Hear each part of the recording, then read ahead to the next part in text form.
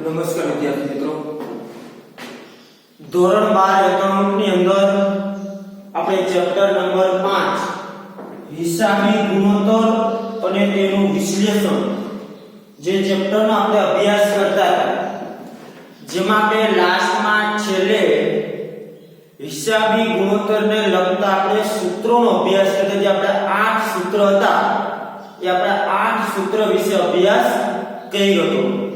હવે હિસાબી ગુણોત્તરના જે સ્વાધ્યાયમાં જે દાખલા છે એ દાખલા વિશે આપણે અભ્યાસ કર્યો. જો દાખલા નંબર 4 પેજ નંબર છે 246, પેજ નંબર 246, દાખલા નંબર 4. હવે જો વિદ્યાર્થી મિત્રો ખાસ કરીને તમને જો આયા સૂત્રો આવડતા હશે તો દાખલા એકદમ ઈઝી તમને આવશે. ખાસ જે સૂત્રો છે એ સૂત્રો આપણે પાકા કરવાના થશે.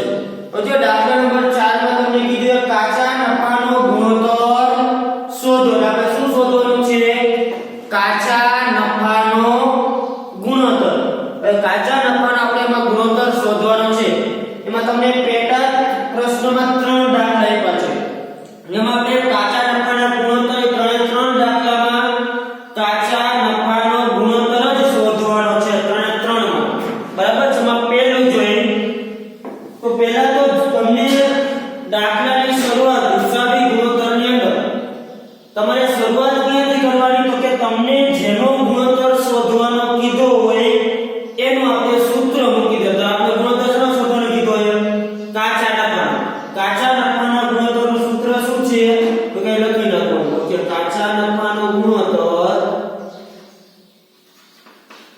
પહેલા જેનું મુખ્ય સૂત્ર ને લખી નાખો તો કાચા નફાનો ગુણોત્તર બરાબર સૂત્ર શું છે? તો કે કાચા નફાનો ગુણોત્તર બરાબર કાચો નફો છેદમાં વેચાણ ગુણ્યા 100. ચોખ્ખું વેચાણ. કાચો નફો છેદમાં ચોખ્ખું વેચાણ. ખાસ કાચો નફો છેદમાં ચોખ્ખું વેચાણ ગુણ્યા 100. સૂત્ર છે કાચા નફાના ગુણોત્તરનું. તમે કોઈ પણ ગુણોત્તર તમને દાખલામાં જે ગુણોત્તર શોધવાનો તમને વિદ્યાર્થી મિત્રો કીધો હોય એમાં પહેલા તમારે એનો મુખ્ય સૂત્ર લખી નાખો. મુખ્ય સૂત્ર કયું છે? તો કે કાચા નફાના છેદમાં ચોખ્ખું વેચાણ ગુણ્યા 100. હવે તમારે રકમમાં જોવાનું. તમને તમારે આમાં જોઈશું કે કાચો નફો જોઈએ વિગતમાં અને એક જોઈ ચોખ્ખું વેચાણ. હવે આપણે રકમમાં જો આપણે શું આપ્યું છે? બે આપ્યું છે કે નથી આપ્યું?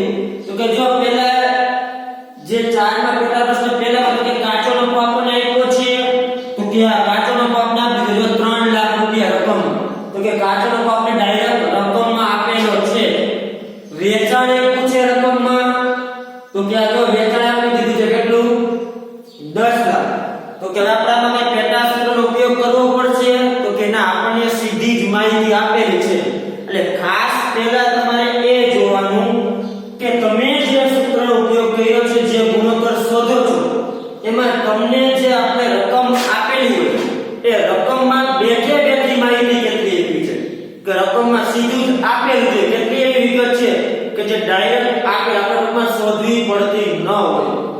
તો કે અહીંયા આપણે રકમ ડાયરેક્ટ આપેલી છે, આપણે કઈ શોધવાની જરૂર છે ને. માની લો કે જે વસ્તુ ન આપી હોય તેને શોધવા માટે આપણે પેટા સૂત્રનો ઉપયોગ કરવો પડે. પણ અહીંયા તો આપણને આપી દીધું છે કાચો નફો કેટલો આપ્યો છે? તો કે 3 લાખ. સીધો આપ્યો લખો 3 લાખ. ચોખ્ખું વેચાણ કેટલું આપ્યું છે?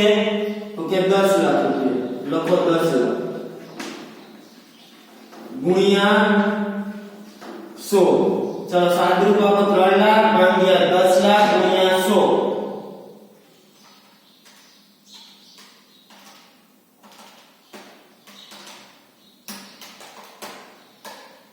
તો કે જવાબ આવ્યો 30. કાચા નફાના ગુણોત્તરનો જવાબ શેમાં દર્શાવાય? ટકાવારી. પાછળ ટકાની નિશાની ખાસ વિદ્યાર્થી મિત્રો કરો. આનો નકર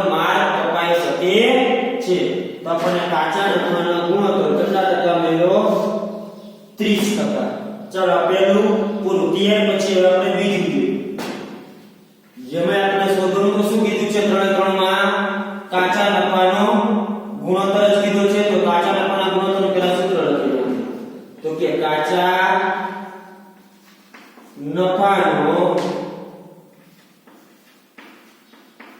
ગુણોત્તર બરાબર સૂત્ર શું છે કાચો નફો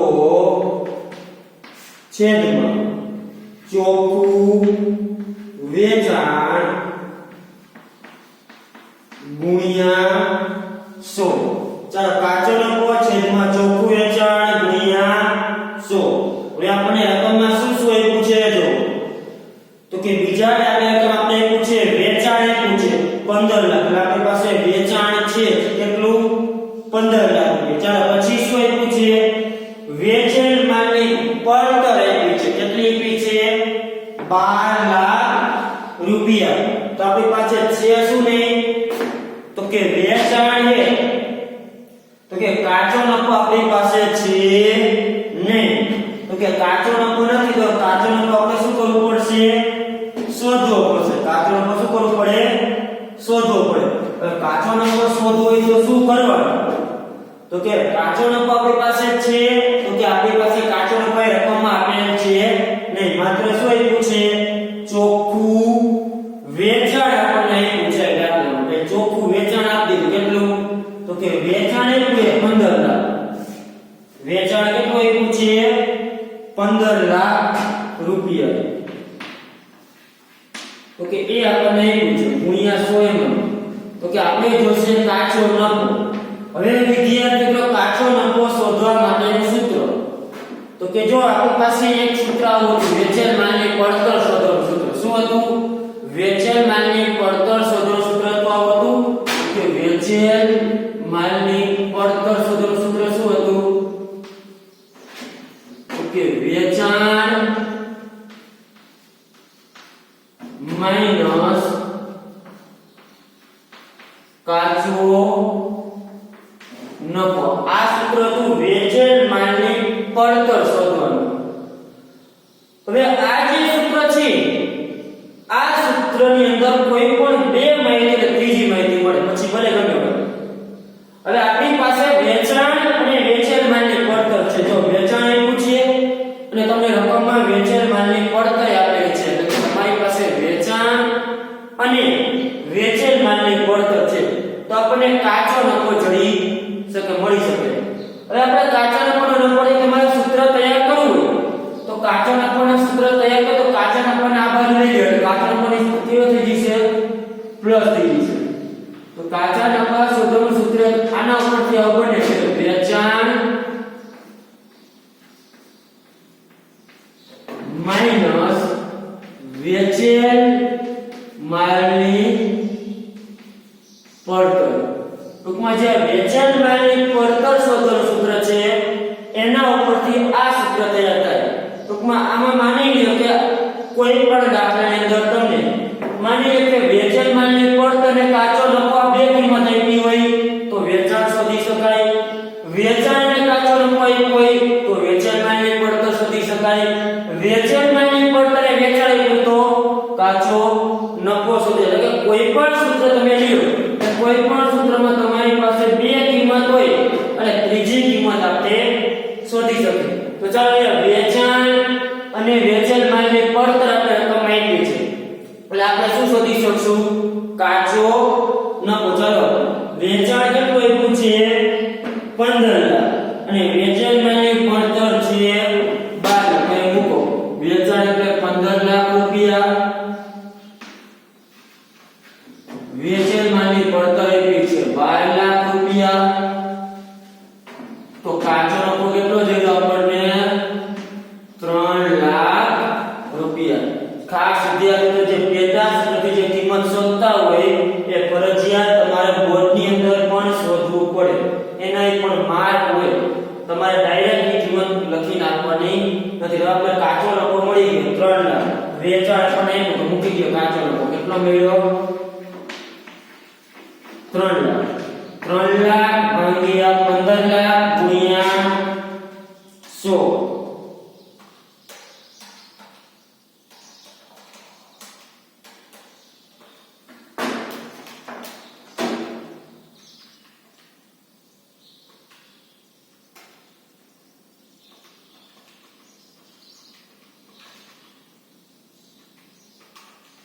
તો કે જવાબ આવશે 20%. બરાબર છે. આમાં આપણે શું કહ્યું? કાચો નફો નતો આપણે શોધ્યો પેટા સૂત્રથી.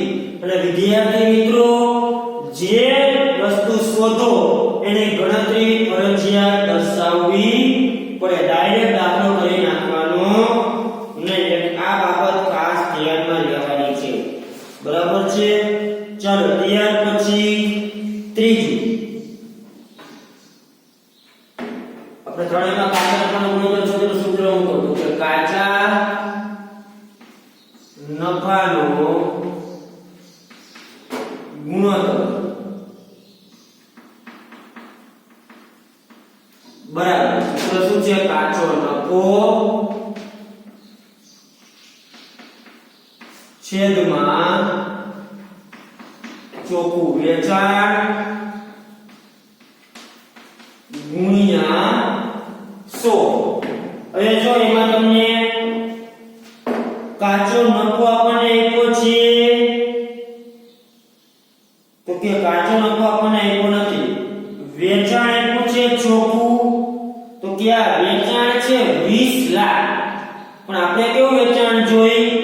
ચોખ્ખું વેચાણ. કેવું જોઈ? ચોખ્ખું વેચાણ. તો જો આપણને ચોખ્ખું વેચાણ જોઈ તો આપણે ચોખ્ખું વેચાણ શોધવું પડે. શું કરવું પડશે? શોધવું પડશે. જો ચોખ્ખું વેચાણ એટલે શું થાય? તો આપણી પાસે નથી રકમમાં કાચો નફો. જો જે રકમ આપી છે ત્રીજા દાખલાની એમાં ક્યાં આપણને કાચો નફો આપ્યો છે તો કે ના, કાચો નફો ક્યાં આપણને માહિતી આપેલી છે નહીં.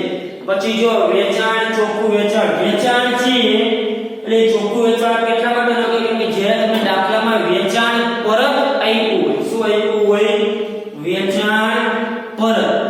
તો વેચાણમાંથી વેચાણ પરત બાદ કરો એટલે એ તમારું ચોખ્ખું વેચાણ થાય. એક ઈ વસ્તુ ધ્યાનમાં લેવાની. દાખલાની અંદર જો વેચાણ પરત આપેલું હોય તો, નો આપ્યું હોય તો જે આપણું વેચાણ છે એ ચોખ્ખું વેચાણ. અને આપ્યું હોય તો આપણે શોધવું પડે. તો ચાલો ચોખ્ખું વેચાણ પહેલા શોધીએ. કાચો નફો નથી, આપણી પાસે ચોખ્ખું વેચાણ એક વસ્તુ છે તો પહેલા ચોખ્ખું વેચાણ શોધીએ. તો ચોખ્ખું વેચાણનું સૂત્ર શું કરવાનું? તો કે ચોખ્ખું વેચાણ એટલે વેચાણ જે આપ્યું હોય એ વેચાણમાંથી વેચાણ પરત માઈનસ કરવાનું. ચલો વેચાણ છે 20 લાખ રૂપિયામાં. જો વેચાણ પરત છે 2 લાખ. તો ચોખ્ખું વેચાણ કેટલું મળ્યું? 18 લાખ.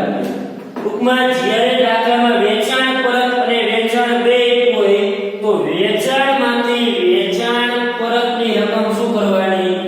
માઈનસ કરવાની. એટલે તમને જોડે ચોખ્ખું વેચાણ. ચાલો આપણને વેચાણ જોઈ. હવે શું જોશે? કાચો નફો. હવે કાચો નફો શોધવા માટેનું સૂત્ર શું છે? તો કે જો કાચો નફો આપણને કઈ રીતના મળે? તો કે વેચાણ માઈનસ વેચેલ માલની પડતર. તો કે એક સૂત્ર છે કાચા નફાનું. કયું છે? તો કે જો કાચા નફાનું સૂત્ર કયું છે? અહીંયા હું લખું તો કે કાચો નફો શોધવો એનું સૂત્ર છે વેચાણ માઈનસ વેચેલ માલની પડતર. તો કે આ કાચો નફો શોધવાનું સૂત્ર છે. આપણે ઉપર જોયું.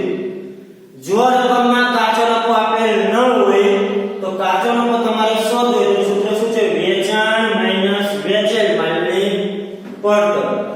હવે આપણી પાસે વેચાણ છે તો કે આ વેચાણ આપણે આપ્યું છે કેટલું? 18 લાખ. કેટલું આપ્યું છે? 18 લાખ. તો કે આપણી પાસે શું છે? તો કે વેચેલ માલની પડતર નથી. તો વેચેલ માલની પડતર આપણે શોધી દીધી છે. તો કે વેચેલ માલની પડતર શોધો. શું શોધશું? વેચેલ માલની પડતર. હવે જો વેચેલ માલની પડતર આપણે શોધી તો વેચેલ માલની પડતર તમને મેં 3 સૂત્ર લખાવ્યા અથવા વેચાણ માલની પડતર સૂત્ર કેટલા સૂત્રો હતા? 3 સૂત્રો. એક સૂત્ર તો આ વેચાણ માઈનસ કાચો નફો. હવે આ સૂત્રનો ઉપયોગ આપણી પાસે કાચો નફો છે, ઈ જ આપણી પાસે છે, તો આ સૂત્ર ચાલશે તો કે નહીં ચાલે. બીજું સૂત્ર લખાયું તમને વેચાણ પ્લસ કાચી ખોટ. કાચી ખોટ છે તો કે આમાં માહિતી શું છે? ત્રીજું સૂત્ર કયું તો કે આ સૂત્ર આવ્યું શરૂઆતનો સ્ટોક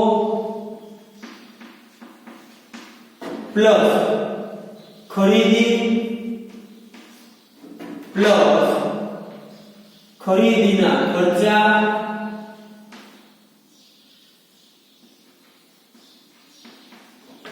માઈનસ આખર સ્ટોક. એક તમને વેચાણ માલની પડતર શોધવાનું ત્રીજું સૂત્ર લખાયું હતું આ કે જ્યારે દાખલામાં શરૂઆતનો સ્ટોક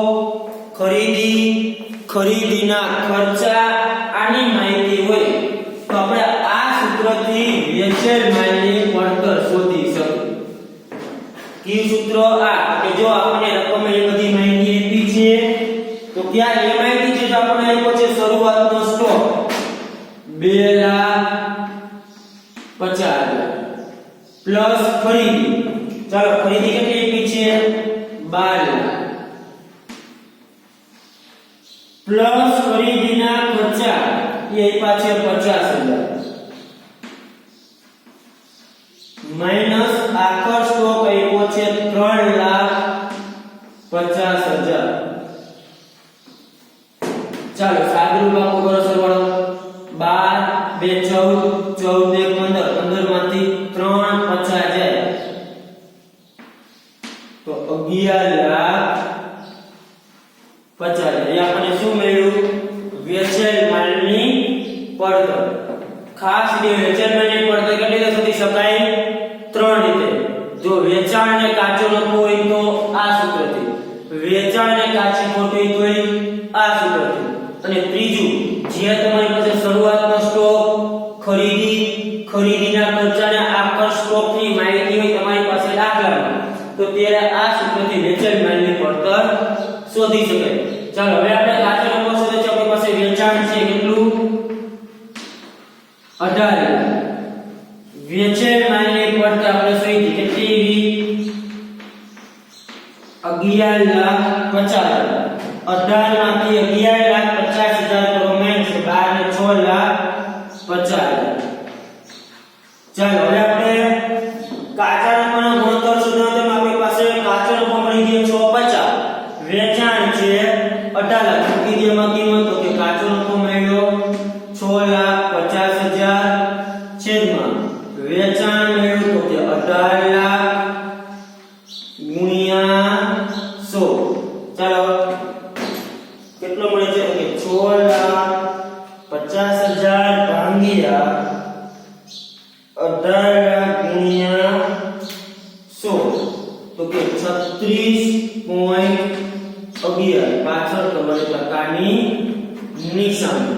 ચાલો આ ત્રણે આપણે દાખલા જોઈએ કાચા નફાના ગુણોત્તરના. બરાબર છે. ત્યાર પછી હવે આગળ દાખલા નંબર જે 5 અને 6 છે. દાખલા નંબર 5 અને 6 કામગીરી નફાનો ગુણોત્તર અને કામગીરી ગુણોત્તરના છે, અને એ દાખલા આ વર્ષે કોર્સમાં છે નહીં, અને એ દાખલા આપણે અભ્યાસ કરશું નહીં. બરાબર છે. બોર્ડમાં આ વર્ષે દાખલાઓ શું કહી નાખ્યા છે? રદ કરી નાખેલા છે. તો ડાયરેક્ટ આપણે દાખલા નંબર જોશું. એના પછી સીધો જોઈએ આપણે દાખલા નંબર 7 જોવાનો છે. કેટલા દાખલો જોવાનો છે? દાખલા નંબર 7. સીધો જો દાખલા નંબર જે 7 છે એના વિશે આપણે અભ્યાસ કરવાનો છે. કેટલામો દાખલો? 7મો દાખલો. જો 7મા દાખલામાં તમને શું કીધું છે તો કે 7મા દાખલામાં તમને એવું કીધું છે કે પ્રશ્ન નંબર 5 અને પ્રશ્ન નંબર જે 6 છે એ વિગતના આધારે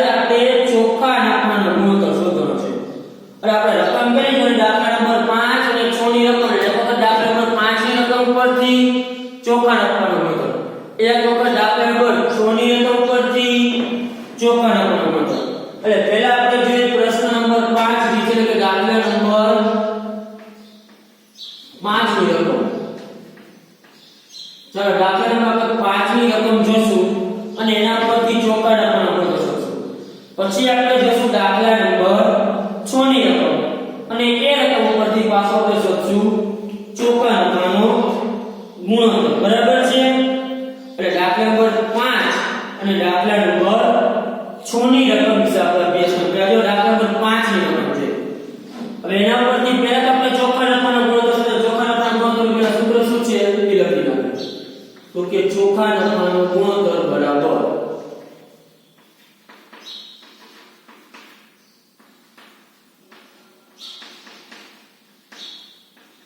બરાબર ચોખ્ખો નફો છેદમાં ચોખ્ખું વેચાણ ગુણ્યા 100. આ શું છે? ચોખ્ખા નફાના ગુણોત્તરનું સૂત્ર. હવે જો દાખલા નંબર 5 ની રકમ જો.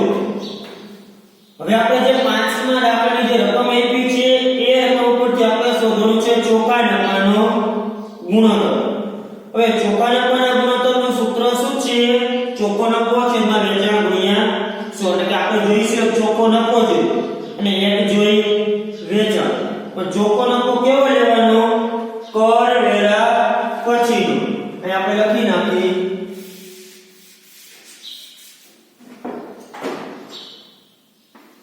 કરવેરા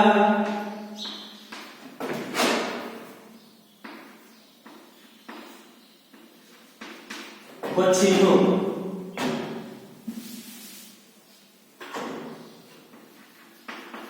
ચોખ્ખો નફો. ચોખ્ખો નફો કેવો? કરવેરા બાદ. હવે જે રકમ એની રકમ જો કરવેરા બાદ ચોખ્ખો નફો છે, ચોખ્ખું વેચાણ જોઈએ છે. એમાં જો વેચાણ આપણને આપેલું છે તો કે જો એ રકમમાં શું છે તો કે બિન કામગીરી ખર્ચ, ઘસારો, વહીવટી ખર્ચ, વેચાણ આપ્યું છે. પછી કરવેરાનો દર આપ્યો છે. દાખલા નંબર 5 તો વાંચું છું. કરવેરાનો દર, પછી વ્યાજ, ડિવિડન્ડની ઉપજ એટલે કે આવક આપ્યું છે. વેચાણ ખર્ચ આપ્યા છે કેટલા? 52,000. વેચેલ માલની પડતર એવી છે 3,25,000 અને આપ્યું છે નાણાકીય ખર્ચ કેટલા આપ્યા છે? 85,000. નાણાકીય ખર્ચ કેટલા આપ્યા છે? 85,000. બરાબર છે? આપણી પાસે આટલી માહિતી છે. હવે આ જે માહિતી છે એ માહિતીમાં જો તો કે એમાં જો વેચાણ આપણને આપી દીધું કેટલું? 6 લાખ રૂપિયા. એટલે કે આપણી પાસે ચોખ્ખું વેચાણ છે. જો વેચાણ પરતની રકમમાં આપ્યું છે તો કે ના, વેચાણ પર રકમની અંદર ક્યાંય આપેલ છે નહીં. એટલે કે આપણે દાખલામાં એક વસ્તુ આપણી પાસે ફાઇનલ થઈ ગઈ. શું થઈ ગઈ? તો કે આપણી પાસે ચોખ્ખું વેચાણ છે. હવે શું નથી? તો કે હવે આપણી પાસેથી કરવેરા પછીનો નફો નથી. છે શું નહીં? કરવેરા પછીનો નફો. હવે આપણી પાસે કરવેરા પછીનો નફો નથી. મેં તમને જ્યારે ચોખ્ખા નફાના ગુણોત્તરનું સૂત્ર લખાયું તે તમને કીધું ભાઈ કરવેરા પછીનો ચોખ્ખો નફો શોધવો હોય તો એને કોષ્ટક બને છે. શું બને છે? કોષ્ટક. એ કોષ્ટક શું હતું? તો કે એ જે કોષ્ટક બને છે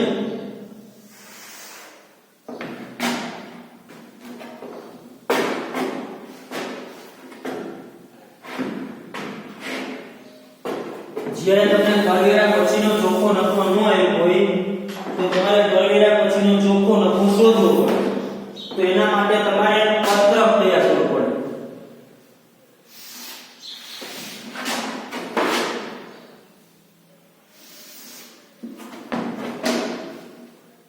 શું તૈયાર કરવાનું? એક પત્રક.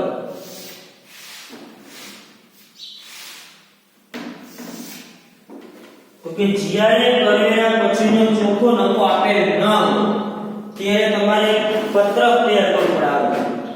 વિગત રકમ રૂપિયા અને રકમ રૂપિયા.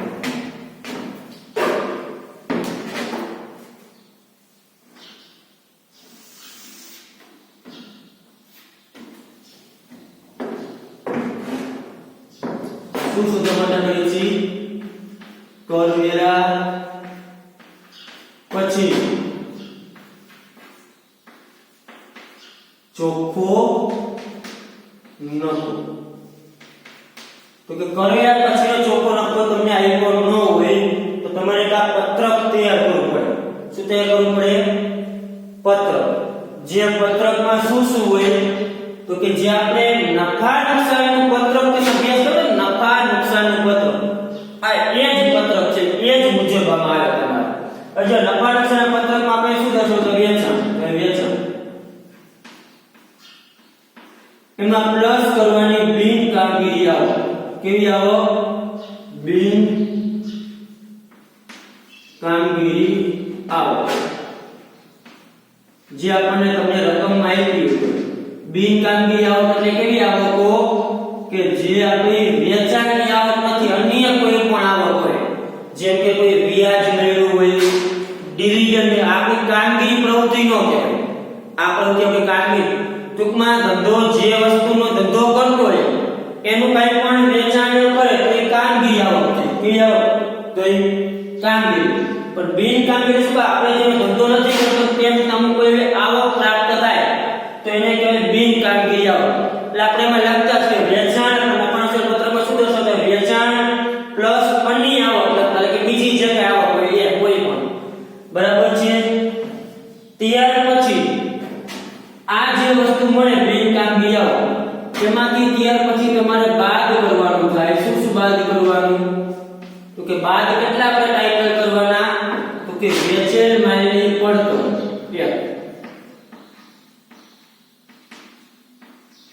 એક શું બાદ કરવાનું વેચેલ માલની પડતર ત્યાર પછી શું બાદ કરવાનું કામગીરી ખર્ચા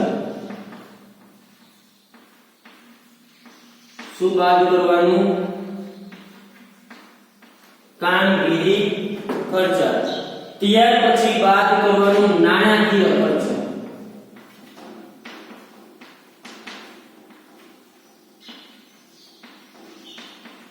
અને ત્યાર પછી બાદ કરવાનું બિન કામગીરી ખર્ચા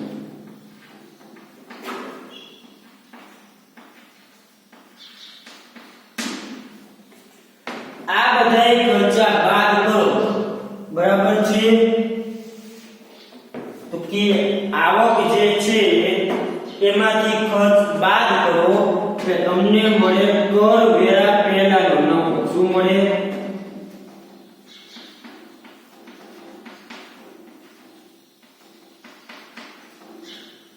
કર વેરા પહેલાનો નફો એમાંથી માઈનસ કરો કર વેરા જે આપ્યા હોય એ દર બરાબર છે એ બાદ કરો એટલે તમને મળે કર વેરા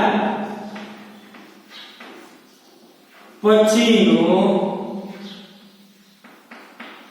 નફો એટલે આ રીતે આપણને કર વેરા પછીનો નફો પ્રાપ્ત થાય બરાબર છે આ વિદ્યાર્થી મિત્રો જો આપણે જે ચેપ્ટર નંબર 3 માં જે પત્રક ભણ્યા હતા એ પત્રકથી થોડું અલગ છે શું અલગ છે બીજું કઈ અલગ નથી જેમાં વેચાણ માલની પડતર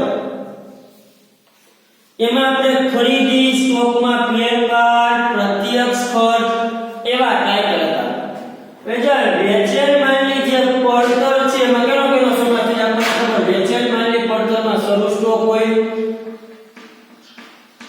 ખરીદી હોય ખરીદીના ખર્ચા હોય અને આકર્ષક હોય તો કે આ ચાર બાબત જે છે એ વેચાણ માલની પડતરમાં આવી ગઈ વેચાણ માલની પડતર ચાર બાબતોનો સમાસ કરતા શરૂ સ્ટોક પ્લસ ખરીદીના ખર્ચા માઈનસ આકર્ષક ત્યારે આપણે જોઈતી વેચાણ માલની પડતર ખરીદીના જે ખર્ચ કહેવાય ખર્ચને કહેવાય પ્રત્યક્ષ ખર્ચા કેવા ખર્ચા કહેવાય સીધા ખર્ચા પ્રત્યક્ષ ખર્ચ જે મજૂરી ને હોય તે વેપાર કરતા તો તમે વેચાણ માલની પડતર આ બાબતનો ઉપયોગ કરો છો અને ભાઈ વેચાણ માલની પડતર લખી હોય તો તમારે પ્રત્યક્ષ ખર્ચનું ટાઇટલ અલગ લખવાની જરૂર રહેશે નહીં કેમ કે શેમાં વિદ્યા છે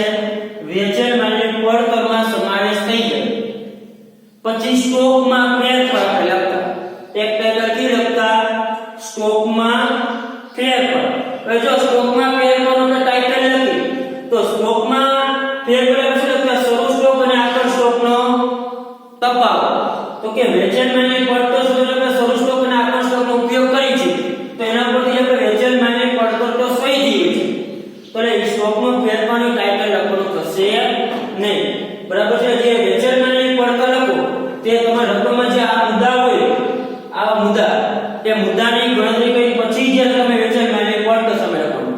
ત્યાર પછી કામગીરી ખર્ચ. તો કે કામગીરી ખર્ચ એટલે કેવા ખર્ચ? તો કે કામગીરી ખર્ચની અંદર તો કે લખી લેજો કામગીરી ખર્ચમાં આપણે લખવાનું નુકસાન પત્રકમાં વેચાણ વિતરણ ખર્ચ લખતા. કેવા ખર્ચ લખતા? વેચાણ વિતરણ એટલે કે કામગીરી ખર્ચમાં વેચાણ ખર્ચ, પછી વહીવટી ખર્ચ તો વહીવટી ખર્ચા અને ઘસારો આપેલ હોય તો આ ત્રણ બાબતનો સમાવેશ કામગીરી ખર્ચમાં થાય. કેનો સમાવેશ? આ ત્રણ બાબત: વેચાણ ખર્ચ, વહીવટી ખર્ચ અને ઘસારો. આ ત્રણનો તમે સરવાળો કરો, આ ત્રણ ટાઈટલ કામગીરી ખર્ચમાં આવે. શેમાં આવે? કે વેચાણ કરવા માટે જે ખર્ચ તો તે, પછી વહીવટી ખર્ચ અને ઘસારો. આ ત્રણ બાબતનો સમાવેશ કામગીરી ખર્ચમાં થાય છે. નાણાકીય ખર્ચમાં લેવામાં આવતા નથી. બરાબર છે? એટલે કે કામગીરી ખર્ચ છે એમાં કેનો સમાવેશ થાય? વેચાણ વિતરણ, વહીવટી ખર્ચ અને ઘસારો એટલે કે ઘસારાની માંડી વાળેલી રકમ હોય તે. મુખ્ય આ ત્રણ બાબતનો સમાવેશ થાય. આ ત્રણેય તમે સરવાળો કરો તેને કહેવાય કામગીરી ખર્ચ. શું કહેવાય? કામગીરી ખર્ચ. આ શું કહેવાય? વેચેલ માલની પડતર. હવે આપણે જોવાનું એ છે કે જ્યારે તમને રકમમાં કામગીરી ખર્ચ અને ટાઇટલ લખવું હોય, કાં તમારે કામગીરી ખર્ચ આ રીતે ટાઇટલ લખી નીચે રીતે પેટામાં તમારે દર્શાવવાનું, અથવા તો કામગીરી ખર્ચની બાજુમાં ગણતરી કરીને સરવાળો ડાયરેક્ટ લખી નાખવાનો. બાજુમાં ગણતરી દર્શાવો. જો બાજુમાં ગણતરી ન દર્શાવે તો તમારું જે પત્રક છે એમાં એનો સમાવેશ કર્યો કામગીરી ખર્ચમાં આ બાબત આવે, એનો સરવાળો કરી પછી આવું બતાવો અંદર. બરાબર છે? હવે આપણે જે આપ્યું છે ને એ જોતા જાય. ઓકે, પહેલું આપ્યું છે શું? બિન કામગીરી ખર્ચ. જો પહેલું લખ્યું છે બિન કામગીરી અન્ય ખર્ચ, એટલે કે આપણે બિન કામગીરી ખર્ચ ડાયરેક્ટ આપી દીધા છે. કેટલા આપ્યા છે? તો કે 5000 રૂપિયા. આને લખવાનું 5000. હવે જો ઘસારો અને વહીવટી ખર્ચ આપ્યા છે. શું આપ્યું છે? ઘસારો અને વહીવટી ખર્ચ. મેં કીધું ઘસારો અને વહીવટી ખર્ચમાં સમાવેશ થશે કામગીરી ખર્ચમાં. જો તમે અહીંયા ટાઇટલ ન દર્શે તો અહીંયા લખી નાખો. ઘસારો કેટલો આપ્યો છે? તો કે 48000 અને વહીવટી ખર્ચ આપણને આપ્યો છે 75000. ત્યાર પછી આપ્યું છે વેચાણ. ચલો વેચાણ આપણે લખી નાખો. કેટલું આપ્યું છે? 6 લાખ. ત્યાર પછી કરવેરાનો દર 30%. તો કાઈ બાદ કરશું ત્યારે જોશું. વ્યાજ ડિવિડન્ડની ઉપજ. આ વ્યાજ ડિવિડન્ડની જે ઉપજ છે ને બિન કામગીરી આવક કહેવાય. કેવી કહેવાય? બિન કામગીરી. વ્યાજ ડિવિડન્ડની ઉપજ કેટલી એવી છે? 45000. ત્યાર પછી પાછે વેચાણ ખર્ચ. વેચાણ ખર્ચ સમાસ કેમાં કરવાનો? કામગીરી ખર્ચમાં. આ એટલે આપણો વેચાણ ખર્ચ કેટલો આપ્યો છે? તો કે 52000. ત્યાર પછી છે વેચેલ માલની પડતર. વેચેલ માલની પડતર ડાયરેક્ટ આપેલી છે એને અમે લખી નાખો. કેટલા આપી છે? 3,25,000. ત્યાર પછી પાછે નાણાકીય ખર્ચની સામે લખો. કેટલા છે? 85,000. હવે આપણે શું છે શું નહીં? કામગીરી ખર્ચ. તમે જે વેચાણ માલની પડતર જે લખો એને કાંઈ બાજુમાં એને શોધી લખવું પડે, કાં ડાયરેક્ટ તમને આપેલું, અથવા તો જે વેચાણ માલની પડતર લખીને કાઉન્સમાં આ જે સૂત્ર છે એ દર્શાવી દેવાનું. એની જે રકમ આવી એટલે તમારે અંદર શોધવી પડે. બરાબર છે? તો અંદર તમારે ઇનામ દર્શાવવું, અથવા તો બાજુમાં વેચાણ માલની પડતરની ગણતરી કરી લેવાની. પછી એનો જે જવાબ આવે એ અહીં લખી નાખવાનો. જેમ આપણે કામગીરી ખર્ચ છે, મેં કીધું કે કામગીરી ખર્ચમાં 3 ખર્ચ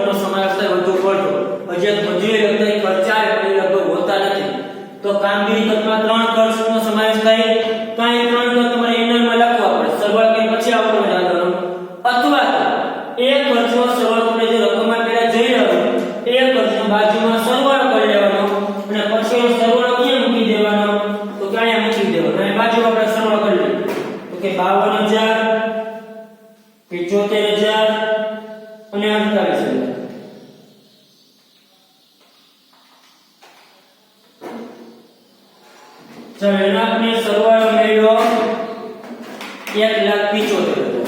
કેટલો મળ્યો? 1,75,000. આ શું થી આપણા કામગીરી કરીને મેં લખના પડ્યા 1,75,000. ચાલો હવે શું કરવાનું? સરવાળો. તો કે વેચાણ પ્લસ વેચાણની એટલે કે અન્ય ઉપજ છે તે 6,45,000 છે. બરાબર છે. ત્યાર પછી કરવાના ખર્ચનો સરવાળો. ચાલો 3,25 પ્લસ 1,75 એટલે 3 ને 4 ને 5. ત્યાર પછી આનો કરો 5 ને 6,20,000. કેટલો થાય છે ને 85 ને 35 6,20,000. હવે શું કરવું? કરો આપણે જે આવક થઈ ટોટલ એમાંથી ખર્ચ મેળે 6,45 માંથી 6,20 જાય તો કેટલો નફો મેળવ્યો? કરવે આપણે 6,20 એટલે 25,000. 6,45 માંથી 6,20 જાય એટલે કેટલો નફો મેળવ્યો? 25,000. પછી એમાં કરેનો દર કરેનો દર કોનો 12 કેટલા ટકા એમ પછી 30%. ચાલો 25,000 30% થાય 7,500 માઈનસ કે બરાબર નફો કર્યા બાદનો મળ્યો 17,500. સૂત્રમાં મૂકી દો. કર્યા પછી નફો મળ્યો 17,500 છેદમાં ચોખ્ખું વેચાણ છે 6 લાખ ગુણ્યા 100. ચાલો 17,500 ભાગ્યા 6 લાખ ગુણ્યા 100 આપણને મળ્યું 2.92%. કેટલા મળ્યા? 2.92%. ચાલો ત્યાર પછી હવે આપણે દાખલા નંબર 7 નો ગણવાનો રકમ કી ઉપયોગ કરશું? દાખલા નંબર 6 ની રકમ કઈ ઉપયોગ કરશું? દાખલા નંબર 6 ની.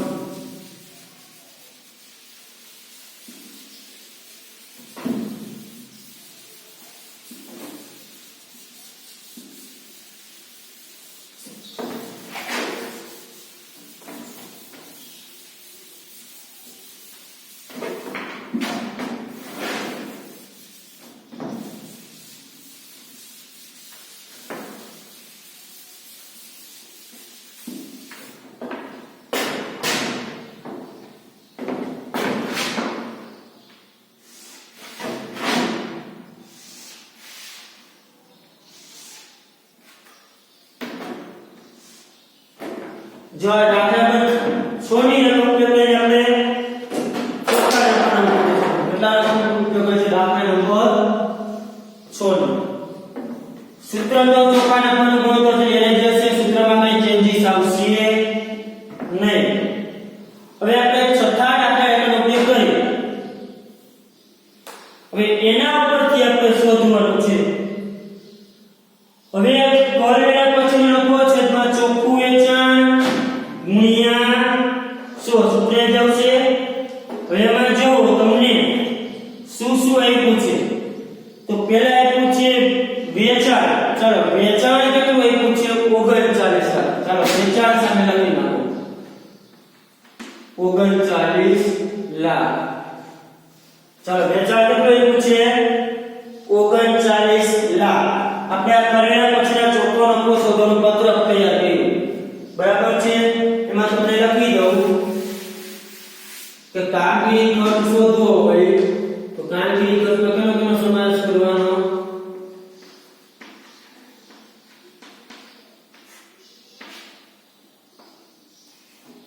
કામગીરી ખર્ચની અંદર વેચાણ ખર્ચ લેવાનો પ્લસ વહીવટી ખર્ચ ધ્યાનમાં લેવાના અને પ્લસ કરવાનું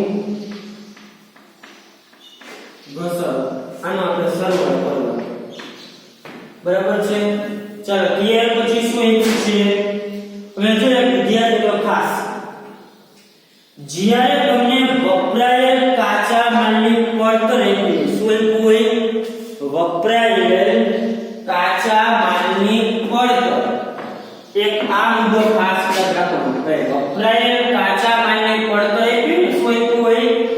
વપરાયેલ કાચા માલની પડતર. તો વેચેલ માલની પડતર તમારે શોધવી હોય. વેચેલ માલની પડતર બરાબર છે. તો જ્યારે તમને વપરાયેલ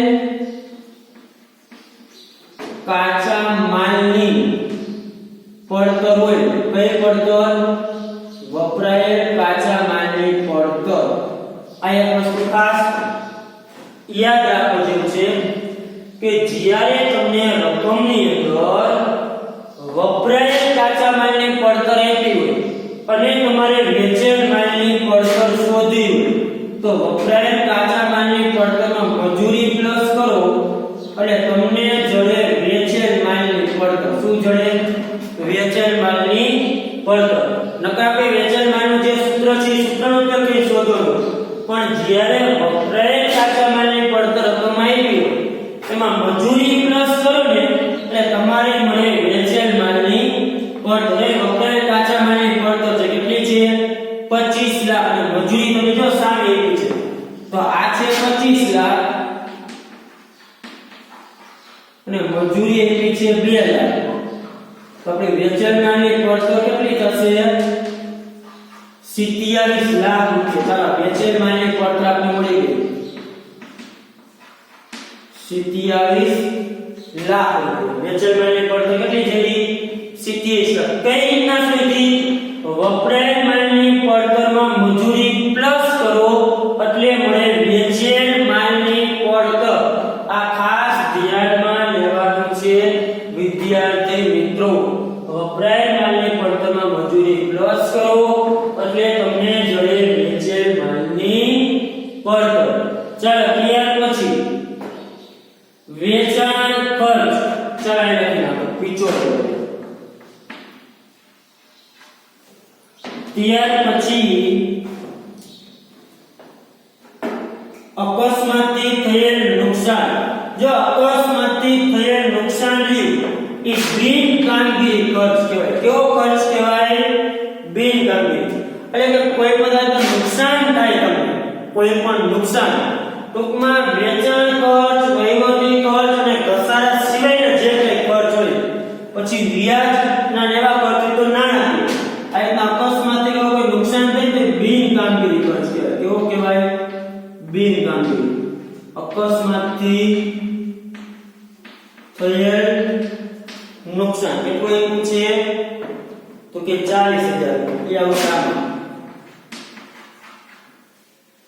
ત્યાર પછી આપણને એવું છે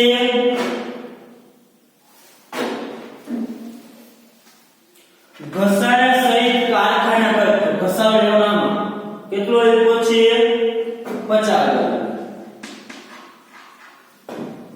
ત્યાર પછી આપણને આગળ આપ્યું છે મજૂરી, જે આપણે યાદ કરીને કે વેચાણ માલની પડતર. પછી આપ્યું છે વહીવટી ખર્ચ 1,75,000. વહીવટી ખર્ચ કેટલો છે? 1,75,000.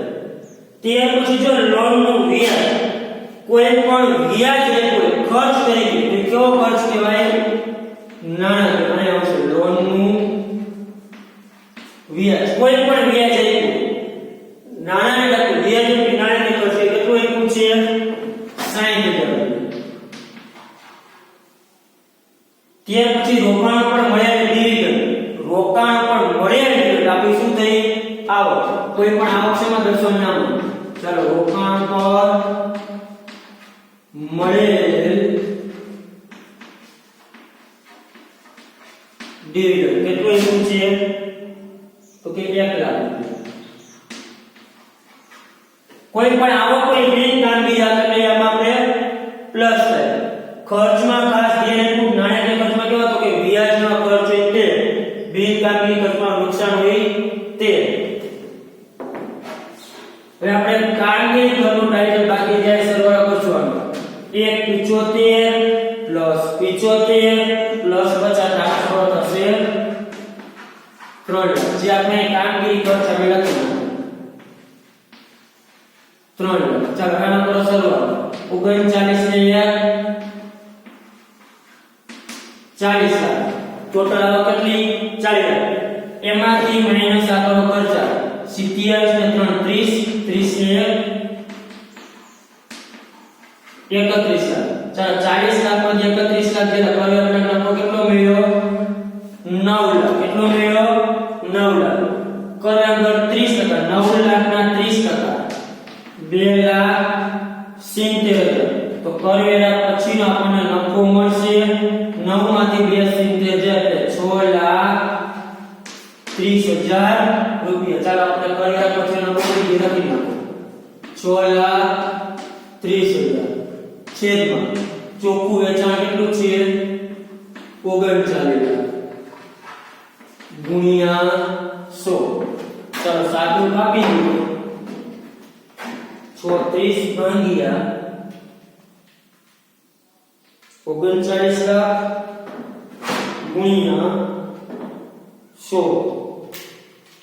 તો આપણને જવાબ મળ્યો 16.15%. કેટલો મળ્યો? પાછળ ટકાની નિશાની ભરવાની નહીં.